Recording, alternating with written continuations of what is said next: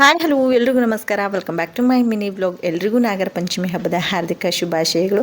ಈ ಹಬ್ಬ ಹೆಣ್ಮಕ್ಳಿಗೆ ತುಂಬ ಸ್ಪೆಷಲ್ ಅಂತಲೇ ಹೇಳ್ಬೋದು. ಮದುವೆ ಆಗಿರೋ ಎಷ್ಟೋ ಹೆಣ್ಮಕ್ಳು ಈ ಹಬ್ಬನ ತವ್ರ ಮನೇಲಿ ಆಚರಿಸ್ತಾರೆ. ಇನ್ನು ಕೆಲವೊಂದಿಷ್ಟು ಹೆಣ್ಮಕ್ಳು ತವ್ರ ಮನೆ ನೆನಪಲ್ಲೇ ಈ ಹಬ್ಬನ ಗಂಡನ ಮನೇಲಿ ಆಚರಿಸ್ತಾರೆ. ಸೊ ಬೆಳಗ್ಗೆ ಬೇಗ ಎದ್ದು ಕಸ ಎಲ್ಲ ಗುಡಿಸ್ಕೊಂಡು ನೆಲ ಒರೆಸ್ಕೊಂಡು ತಲೆ ಸ್ನಾನ ಎಲ್ಲ ಮಾಡಿಕೊಂಡು ಮನೆ ಬಾಗಿಲಿಗೆ ಮತ್ತು ದೇವ್ರ ಫೋಟೋಗಳಿಗೆ ಹಾಗೆ ಹುತ್ತಕ್ಕೆ ಎಲ್ಲದಕ್ಕೂ ಕೂಡ ಗೆಜ್ಜೆ ವಸ್ತ್ರ ರೆಡಿ ಮಾಡ್ಕೊಳ್ತೀವಿ. ಸೊ ಗೆಜ್ಜೆ ವಸ್ತ್ರ ರೆಡಿ ಮಾಡಿಕೊಂಡು ದೇವ್ರ ನೈವೇದ್ಯಕ್ಕೆ ಅಡುಗೆ ಮಾಡ್ಕೊಂಡು ಹೋಗಿ ಹುತ್ತದ ಪೂಜೆ ಮಾಡಿಕೊಂಡು ಹುತ್ತಕ್ಕೆ ಹಾಲು ಹಾಕಿ ಹಾಗೆ ಹುತ್ತದ ಮೇಲೆ 5 ಎಳೆ ಅರಿಶಿಣದ ದಾರನ ಇಟ್ಟು ಪೂಜೆ ಮಾಡಿ ಅದನ್ನ ಅಕ್ಕ ತಂಗಿರು ಅಣ್ಣ ತಮ್ಮಂದ್ರಿಗೆ ಕೊಟ್ಟೋ ಒಂದು ವಿಶೇಷ ಪದ್ಧತಿ ನಮ್ಮ ಕಡೆ ಇದೆ.